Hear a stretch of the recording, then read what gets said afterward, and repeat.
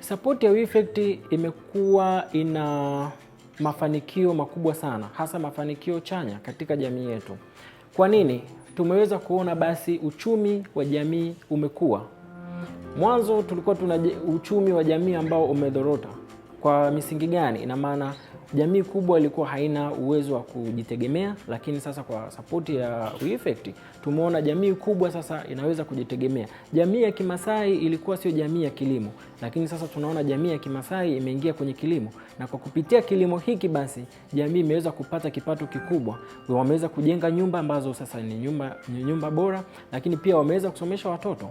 Jamii hizi ambazo tunazizungumzia kabla ya kupata support ya WeEffect ilikuwa ni jamii kubwa ambayo sasa hata watoto wao hawawezi kuwapeleka shuleni, lakini sasa impact tunayoona ambao ni matokeo chanya kwa msaada wa WeEffect ni maendeleo ya kiuchumi katika hizi jamii ambazo tunazihudumia, ambayo yanaonekana moja kwa moja. Tunaona watoto wanaenda shuleni, tena wanapata elimu bora. Tunaona watoto pia wana afya bora, maana tumeweza pia kuwa na huduma za bima kwenye vikundi, na huduma hizi za bima zimewawezesha wana kikundi sasa wao kupata matibabu kwa gharama nafuu zaidi. Kwa haya yote tunayozungumzia ni faida ya support ya WeEffect katika jamii. Tumeweza kuona watoto wanasoma shule za msingi, sekondari hadi vyuo vikuu sasa, na tumeweza pia kupata wataalamu mbalimbali kutokea hii jamii.